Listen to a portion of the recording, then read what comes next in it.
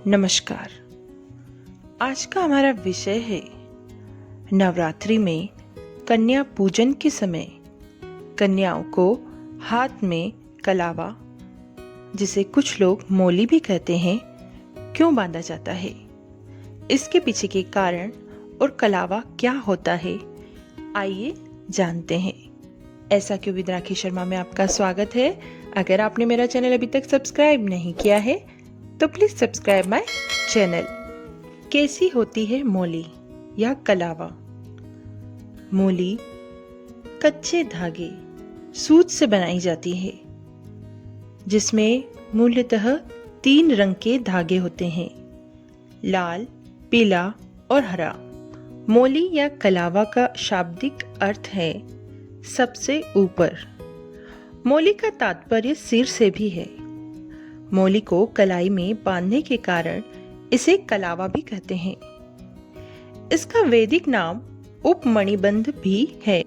मौली को धार्मिक आस्था का प्रतीक माना जाता है।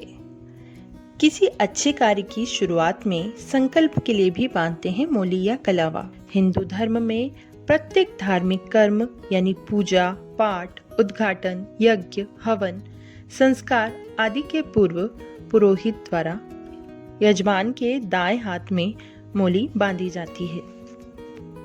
मौली करती है रक्षा। मौली को कलाई में बांधने पर कलावा या उपमणि कहते हैं। हाथ के मूल में 3 रेखाएं होती हैं, जिनको मणिबंध कहते हैं। भाग्य में जीवन रेखा का उद्गम स्थल भी मणिबंध ही है। इन तीनों रेखाओं में दैहिक, दैविक व भौतिक जैसे त्रिविध तापों को देने व मुक्त करने की शक्ति रहती है।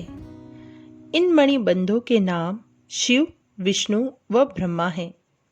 इसी तरह शक्ति, लक्ष्मी व सरस्वती का भी यहाँ शाश्वत वास रहता है।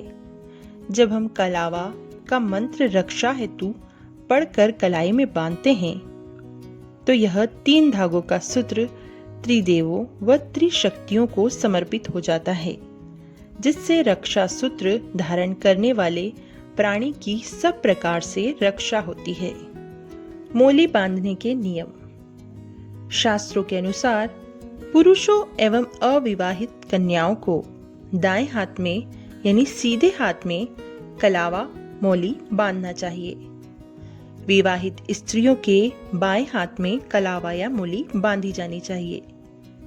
कलावा बंधवाते समय जिस हाथ में कलावा बंधवा रहे हो उसकी मुट्ठी बंधी होनी चाहिए और दूसरा हाथ सिर पर होना चाहिए।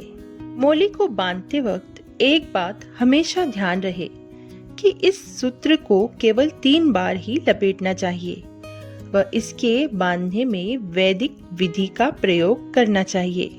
मौली बांधना वैदिक परंपरा का हिस्सा है। यज्ञ के दौरान इसे बांधे जाने की परंपरा तो पहले से ही रही है, लेकिन इसको संकल्प सूत्रों के साथ ही रक्षा सूत्र के रूप में तब से बांधा जाने लगा जब से असुरों के दानवीर राजा बलि की अमरता के लिए भगवान वामन ने उनकी कलाई पर रक्षा सूत्र बांधा था। इसे रक्षा बंधन का भी प्रतीक माना जाता है। जबकि देवी लक्ष्मी ने राजा बलि के हाथों में अपने पति की रक्षा के लिए यह बंधन बांधा था। मौली को चूंकि लक्ष्मी जी ने राजा बलि के हाथों में अपने पति की रक्षा के लिए बंधन बांधा था, उसी तरह जब हम कन्याओं को पूजन के लिए घर बुलाते हैं तब उनकी पूजा करके उनके हाथ में मौली या कलावा बांधते हैं, ताकि मौजूद 9 देवियां इस कलावे के बंधन में बंध जाने के कारण हमारी रक्षा करें।